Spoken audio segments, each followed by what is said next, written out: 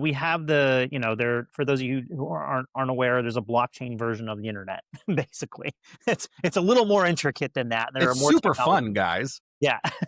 But it is truly like everybody's kind of got a little piece of the internet somewhere stored on their computer, and so therefore it's decentralized, right? So if one node goes down, it's okay, it's stored on another node. They just have to go find that node. It would slow things down if it had to go to that thing, but that different node. But I digress. Anyway, the point being, with Web3 technologies, or at least the idea that the Web3 is built on, there is a capability there where we're truly looking at something that's decentralized. Not Amazon owns a bunch of data centers. It's not really decentralization, is it? That's Amazon owns them. So that's not true decentralization. In a way it is, and I get that traditionally it's less centralized than, a traditional infrastructure, mainframe, whatever you want to call it. But I'd say Web3 is kind of an answer to this, right? And it's not a solid answer. It's not like, okay, well, let's all roll into Web3 today. It's not quite ready, right? We're still, we're still in the infancy of it. That's kind of it. It's the true decentralization of something. Then, as you mentioned, when we look at cybersecurity, where Is are we that at? is that not Tor? Is that not the dark web to an extent? And I will say that concerns me a bit. And it's not a one-to-one, it's not apples to apples, but it might be Granny Smith to Honeycrisp. And in that you've got decentralization, there's decentralized nodes. You're reliant on other people to have those nodes, but you don't really know those people, right? And not separately. People are getting rolled up because they just happen to have these nodes at their house. Also, don't host a Tor node at your house. Anyone listening, don't do it. It might sound like fun. You might think it might make you look cool. Sure doesn't. And you might get arrested because not everyone understands how it works. And it can really look incriminating for you.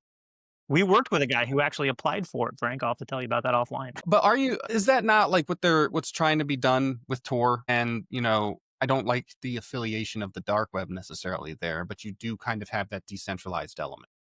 I feel like Tor is just as decentralized as like the Amazon stuff, right? Like there's a collective that still has a certain amount of power over that infrastructure. Don't know the only difference is you don't know who owns those nodes, right? I think you can go and look it up by IP address, the exit nodes and everything, but you don't know all the internal nodes and all that stuff. And it might get Whereas real Web three uncomfortable is with what you find too.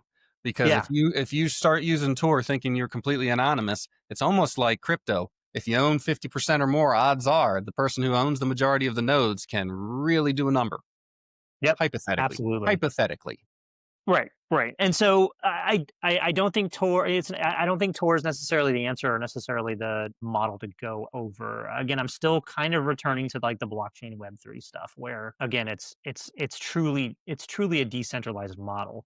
It's not efficient and it costs a Uh-uh. lot of money, but Going to be super slow. I should say more money than what current infrastructure costs because what it currently is out there is astronomically bleeding all the energy, all the electricity from Is it's that the it's surrounding infrastructure or is that municipalities. just AI? Or is AI now considered infrastructure too? Well, I mean, again, let's break it down. What is AI? It's just Jesus, processes that are Dustin. running on computers and clouds. So yes, it's AI is part of it for sure, I think and I'm AI is sucking infrastructure. a lot I'm just a more. node.